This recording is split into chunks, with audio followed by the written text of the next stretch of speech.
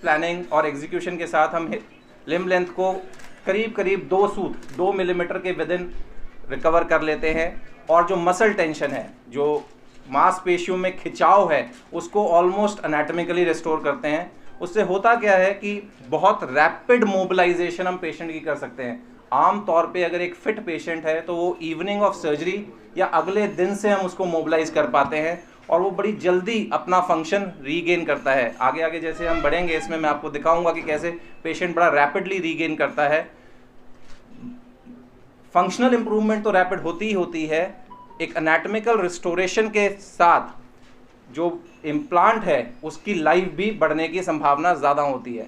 हम सभी कार चलाते हैं, हमें पता है अगर व्हील अलाइनमेंट ठीक हो तो टायर कम घिसते हैं। सिमिलरली अगर एक एनाटॉमी रिस्टोर कर दी जाए तो जॉइंट जो हमने आर्टिफिशियल डाला है वो नॉर्मल की तरह बिहेव करेगा और उसकी भी लाइफ लॉन्ग हो जाएगी। अब ये ज़रूरी क्यों हो गया है? Why this phase protocol? Hip replacement तो पिछले 70 साल से चल रहा है। Why suddenly this protocol which we have developed at Fortis?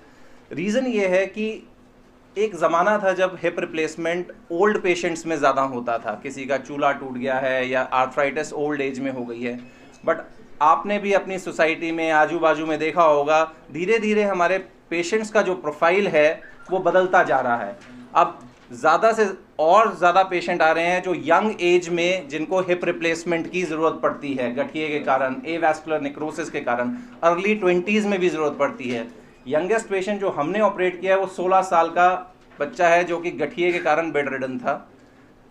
हमारा जो लाइफस्टाइल है, खान पान है, उसके कारण ओबेसिटी बढ़ गई है। पहले 60 किलो, 70 किलो, 80 किलो से ज़्यादा के पेशेंट को ऑपरेट करना बड़ा रेयर होता था।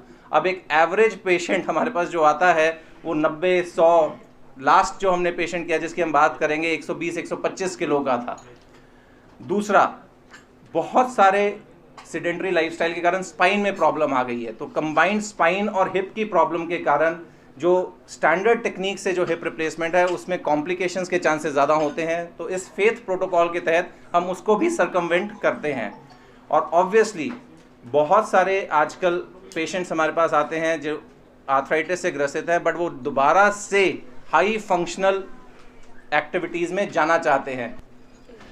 चलते हैं पेशेंट की बात करते हैं। ये है 26 साल का मरीज़ था। इसके अब चैलेंजेस क्या थे?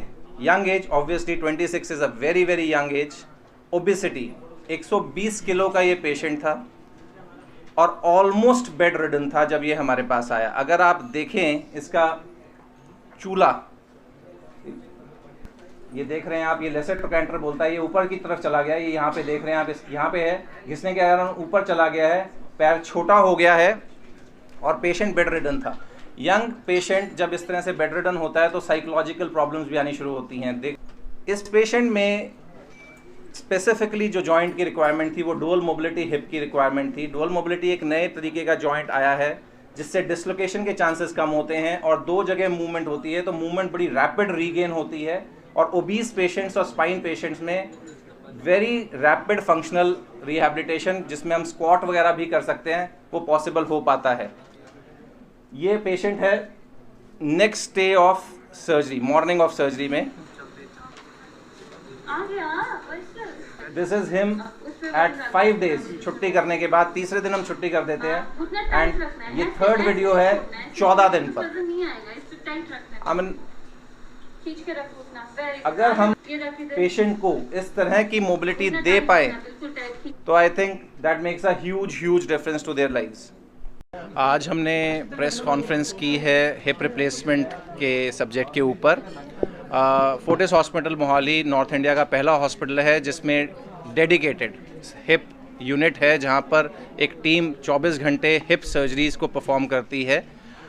और हमने इंट्रोड्यूस किया आज faith technique of hip replacement. Faith का मतलब है fast track anatomical implantation of the hip joint. कोई भी 2 इंसान सेम नहीं है और इसलिए जब कभी हिप की आर्थराइटिस होती है तो एक तरह की सर्जरी हर इंसान में कामयाब नहीं होती है। तो meticulous planning, patient specific implants के साथ हम बहुत रैपिड रिकवरी प्रोटोकॉल फॉलो कर सकते हैं और ऐसे पेशेंट्स बड़ी जल्दी अपने नॉर्मल फंक्शन अचीव कर लेते हैं। आज हमने 3 पेशेंट्स के वीडियोस दिखाए जो विद इन 14-15 डेज बिना स्टिक, बिना वॉकर के पेन फ्री चलते हुए नज़र आए। आमूमन तौर पर एक पर्टिकुलर पेशेंट में हिप जॉइंट कितने दिन चलेगा ये कह पाना मुश्किल होता है, बट स्टैटिस्टिकली स्पीकिंग अगर हम बात करें तो अगर हमने 100 हिप रिप्लेसमेंट्स आज किए हैं तो आफ्टर 10 ईयर्स अराउंड 98 to 99% ठीक चल रहे होंगे, आफ्टर 20 ईयर्स अराउंड 92 to 93% ठीक चल रहे होंगे, आफ्टर 30 ईयर्स अराउंड 85 to 87% ठीक चल रहे होंगे, एंड आफ्टर 40 ईयर्स अराउंड 70-75% ठीक चल रहे होंगे। हाईली सक्सेसफुल सर्जरी, इसे सर्जरी ऑफ द सेंचुरी का भी एक खिताब मिल चुका है। अगर तो इन्फेक्शन ना हो, इम्प्लांट लूज ना हो और बहुत जल्दी वो वियर आउट ना हो तो इस तरह के पेन्स जनरली नहीं होते। पेन का मतलब है कि कोई ना कोई चीज़ अंदर गड़बड़ हो रही है, और अगर पेन होता है 2-3 साल ठीक चलने के बाद तो तुरंत डॉक्टरी सलाह लेनी चाहिए ताकि अर्ली उसका आइडेंटिफिकेशन हो सके और ट्रीटमेंट हो सके।